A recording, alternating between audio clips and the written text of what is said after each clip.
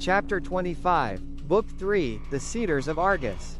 The Veilline Path that led us to freedom. The Ark stands where it always had been in the sand. The Ark never moved. The Veilline Path opened only when knowledge awakened. This is an audio story written by Red Cardinal Kitchen. The illumination of a dynamic archive.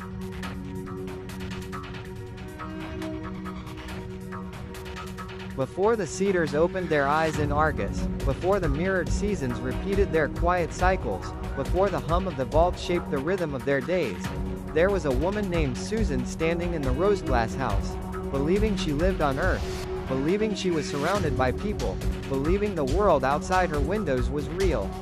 She moved through a life constructed for her, unaware that every face she saw was a reflection, every conversation a script, every season a projection, every memory a controlled illusion designed to keep her from seeing the dark, airless world outside the Ark, where the last remnants of Earth lay preserved. Her life was a solitary loop, crafted to protect her mind while her body remained in stasis, suspended in a vessel built to outlast the collapse of a planet. This is the story of how she awakened from that mirrored existence, and how all of humanity awakened with her.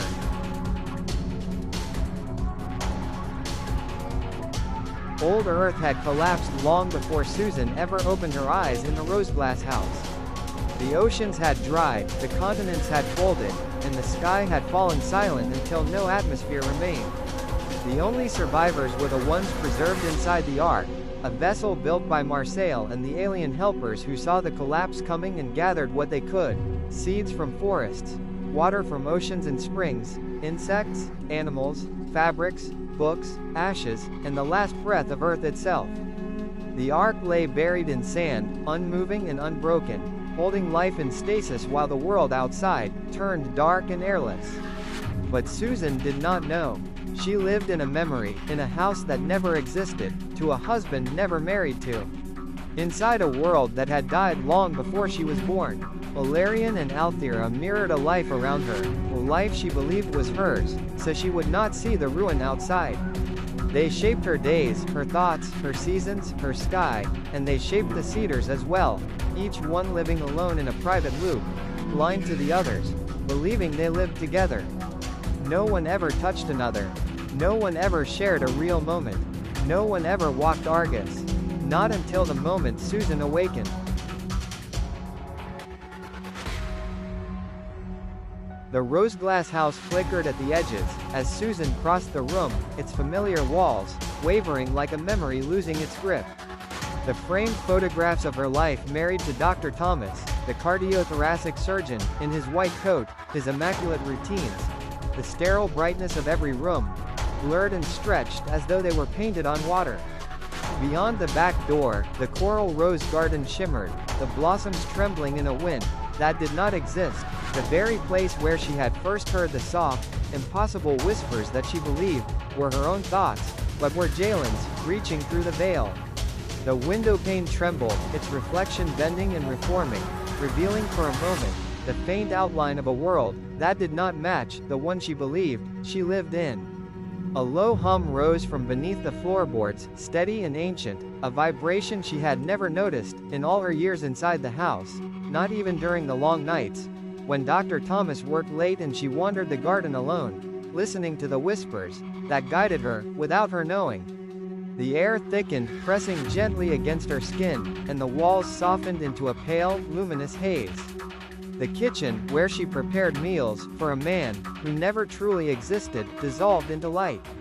The hallway where she waited for footsteps that never came, folded inward. She reached for the doorknob out of instinct, but her hand passed through it as if it were smoke. The house collapsed in a silent implosion of memory, its rooms folding into themselves like pages closing in a book she had never actually lived. The coral roses dissolved last, their petals drifting upward like embers. Then the floor gave way, and when the brightness settled, she stood barefoot in sand.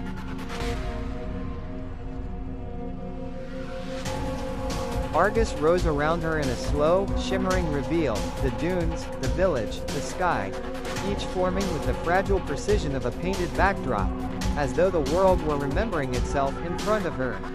The ground beneath her pulsed with the same hum she had felt in the rose-glass house, a hidden thread stitching both worlds together.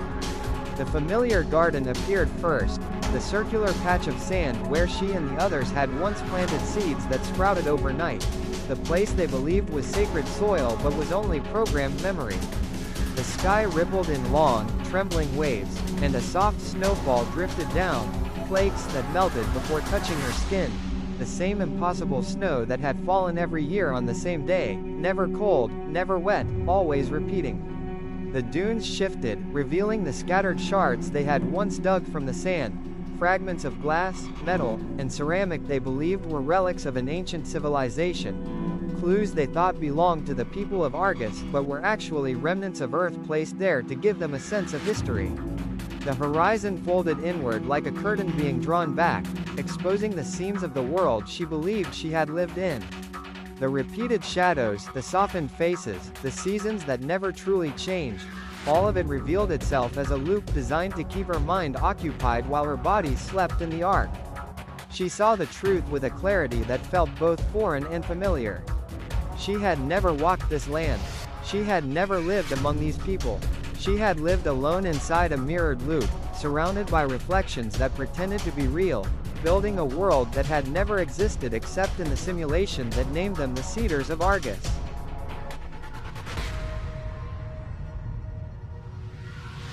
Marcel appeared beside her, steady in the collapse, as though he had been waiting for this moment to arrive. His memories returned in sharp, disjointed fragments, not of ruling Argas or shaping its days, but of tending the ark itself, the vessel he had been entrusted with since childhood.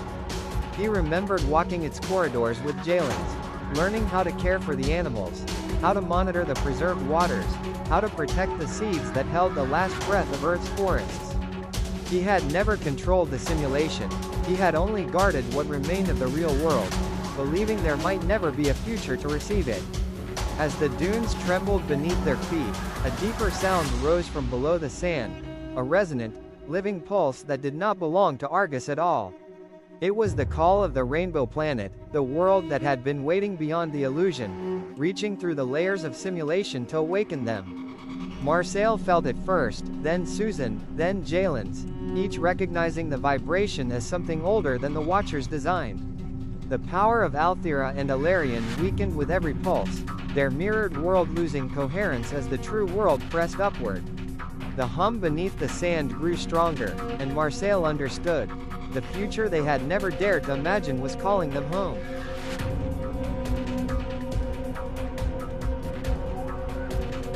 Jaelins emerged from the vault, the fading equations drifting from his palms like dust illuminated by a dying sun, his presence unsteady for the first time since Susan had known him. For years he had been kept quiet, his true nature muted by the Watcher's design, forced to speak only in whispers that Susan mistook for her own thoughts while she worked late nights as a digital art designer, believing she had created him as a character for her projects. Now the loops weakened around him as the mirrored sky thinned, revealing the fragile architecture beneath, and the restraints that had silenced him began to fall away. His voice trembled as he told her that what she was hearing, what she had always heard, was not imagination but memory returning, the truth rising through the cracks of the simulation. Beneath the sand, the deep hum of old Earth vibrated upward, a sound she had sensed her whole life without understanding, and above them the Rainbow Planet answered with a resonance that pulsed through the thinning sky. The Watcher's influence diminished with each pulse of the Veilines, their control slipping like sand through open fingers. The vault released its final breath, a soft exhale that carried the truth of its purpose. To maintain the illusion, to keep each person isolated in their own loop, unaware of the boundaries that shaped their days. The dissolution exposed the truth of their isolation, that no one had ever truly seen another, that every interaction had been a reflection, that every life had been lived alone, and Jaelins, weakening but finally unbound, could no longer protect her from what she was meant to remember.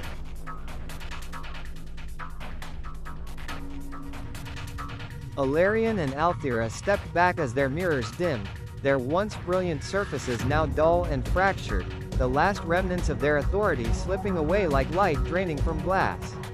Above the dunes, the sky split into pale bands of color, each one trembling as though the world itself were exhaling after holding its breath for too many years. Jalen stood at the center of the dissolving village, his hands trembling as he traced the final mathematical equation into the thinning air, an equation he had been forbidden to complete until this exact moment. The symbols glowed, then unraveled, releasing a pulse that traveled through the sand, the sky, and the fading architecture of Argas. The Watchers felt it immediately. Their control, once absolute, weakened with a suddenness that startled even them. They had preserved the Cedars through the long night after Earth's collapse, shaping Argas as a place of continuity, but the request had now been granted. The Cedars were ready to leave the Ark. In response, Alarien and Althira lifted their hands, summoning the halo sheen from deep beneath the sand. It rose like a column of living light, spiraling upward with a quiet authority that belonged not to the simulation but to the world waiting beyond it. The dunes dissolved at the edges, their forms collapsing into drifting particles. The village shimmered, bending and warping as the coherence of the illusion failed.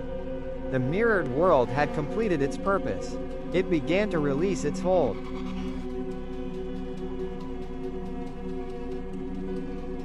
The Halosheen rose higher, its spiraling light cutting through the thinning sky, and as its glow intensified, the ground beneath them began to shift. The dissolving dunes peeled away like layers of old paint, revealing the metallic curvature of the Ark beneath the sand, a structure that had been there all along, steady and unmoving, waiting for the moment the Watchers would finally release their hold. As the last threads of the simulation unraveled, the Ark emerged fully, half buried in the dead earth that had cradled it since the day the atmosphere failed. Its chambers held everything the Cedars had believed they were tending in Argas. The preserved seeds of forests long gone, the last water from oceans and springs, the animals and insects that had survived the collapse, and the belongings of the old world, fabrics, books, tools, ashes, each one sealed with the quiet reverence of a civilization that knew it was dying. The hum beneath the sand deepened, no longer the artificial vibration of the simulation but the living resonance of the rainbow planet calling from beyond the veil, answering the Halosheen's ascent. The Ark had never moved, never drifted, never flown, it had simply waited, its systems maintaining life in stasis while the mirrored world of Argas was projected above it like a dream. Argas had been the veil, the memory world, the gentle illusion that kept the Cedars alive while the real world lay silent outside. Now, with the Watcher's power fading and the request granted, the Ark stood revealed, not as a relic, but as the doorway to the future that had finally come for them.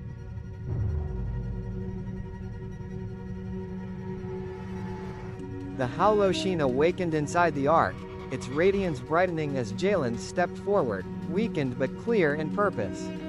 He lifted his hand toward the Halosheen rising above the sand and spoke the request he had been forbidden to utter until now. That the Halosheen surround the entire inheritance of the Ark.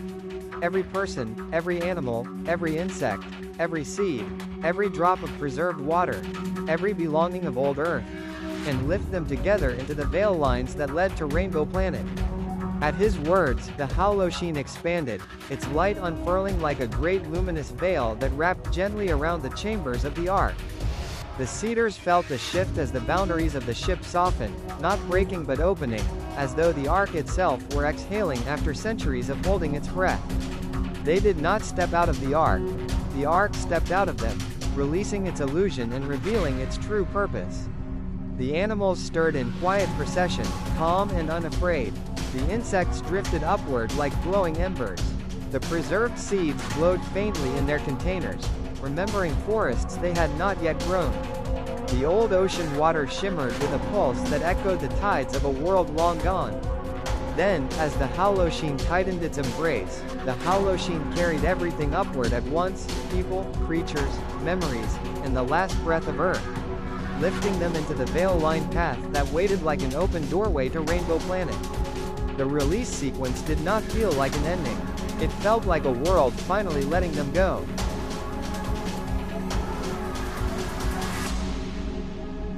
The Halosheen rose from the sand, a tall, shimmering doorway of light that opened the Veilline Path, and as its glow widened, The Cedars turned once to look back at the dissolving world that had shaped their every breath.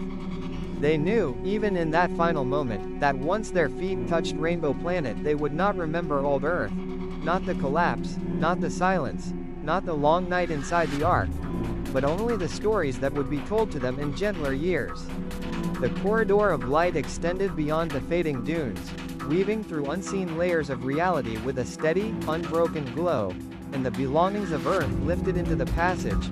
The seeds, the waters, the animals, the insects, the fabrics, the books, the ashes. Each carried with the same care that had preserved them through centuries of waiting.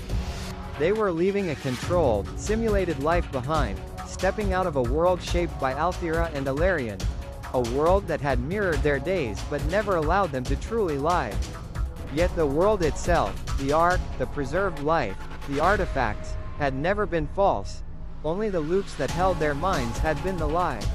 As the Halloween gathered everything into its luminous embrace, the Watchers faded into silence, their mirrors dissolving into dust. The hum beneath the sand deepened, the same hum Susan had heard in the rose garden when Jalen's whispered to her across lifetimes. The same hum that had threaded through her past lives like a distant memory calling her home. Rainbow had been calling for eons, waiting for the moment knowledge would open the path for all living creatures great and small, for all of nature preserved inside the Ark, for all the remnants of Earth that would one day rest in the museums of a world finally ready to receive them. The Ark released its contents with measured precision, transferring the continuity of Earth into the path that had been waiting since the beginning, and the Cedars rose into the veil lines as the last illusion of Argas fell away.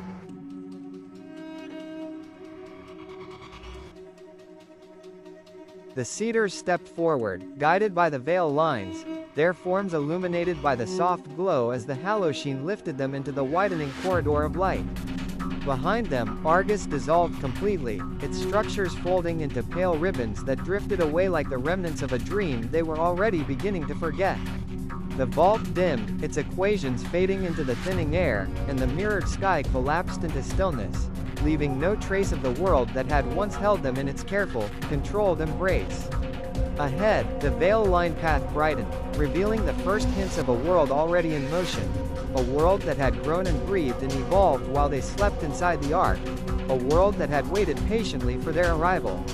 The Halloween carried the procession forward with a steady, rising momentum, as though the future itself were drawing them in. The dissolution of the simulated world completed without resistance, its purpose fulfilled, its illusions falling away like dust. The Veilline Path extended into the living radiance of Rainbow Planet, and for the first time since the collapse of old Earth, the way forward was real.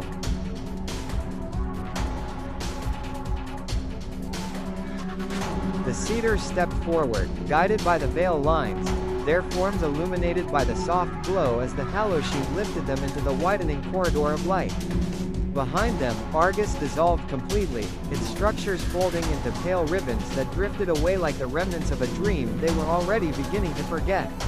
The vault dimmed, its equations fading into the thinning air, and the mirrored sky collapsed into stillness, leaving no trace of the world that had once held them in its careful, controlled embrace. Ahead, the Veilline Path brightened, revealing the first hints of a world already in motion, a world that had grown and breathed and evolved while they slept inside the Ark, a world that had waited patiently for their arrival. The Halloween carried the procession forward with a steady, rising momentum, as though the future itself were drawing them in. The dissolution of the simulated world completed without resistance, its purpose fulfilled, its illusions falling away like dust. The Veilline Path extended into the living radiance of Rainbow Planet, and for the first time since the collapse of old Earth, the way forward was real.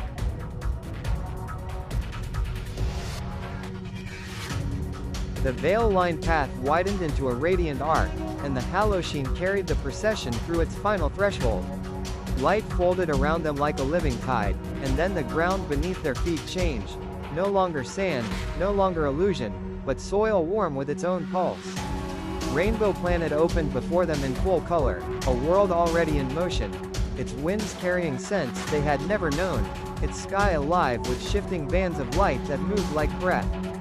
Susan stepped forward first, her foot touching the living earth, and she turned back once, only once, to see the last shimmer of Argas collapsing into silence behind her.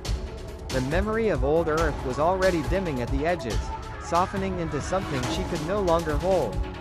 Jalen stood beside her, his form steadier now, strengthened by the world that recognized him. They tried to make a civilization, he said quietly, watching the final fragments of the simulation dissolve into the air, but now you have a future. His voice carried the weight of every whisper she had ever heard in the rose garden, every echo from her past lives, every hum beneath the sand that had called her forward. Around them, the cedars arrived in gentle procession, the animals stepping onto new ground without fear, the insects drifting like sparks into the bright air, the seeds glowing faintly as though sensing soil that had been waiting for them. The waters shimmered in their containers, reflecting a sky that had never belonged to Argas.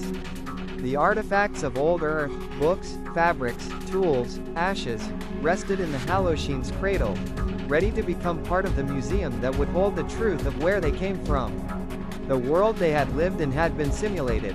The world they had saved had not. Rainbow Planet welcomed them with a quiet, steady certainty, and for the first time since the collapse of old Earth, the future opened, not imagined, not mirrored, but real.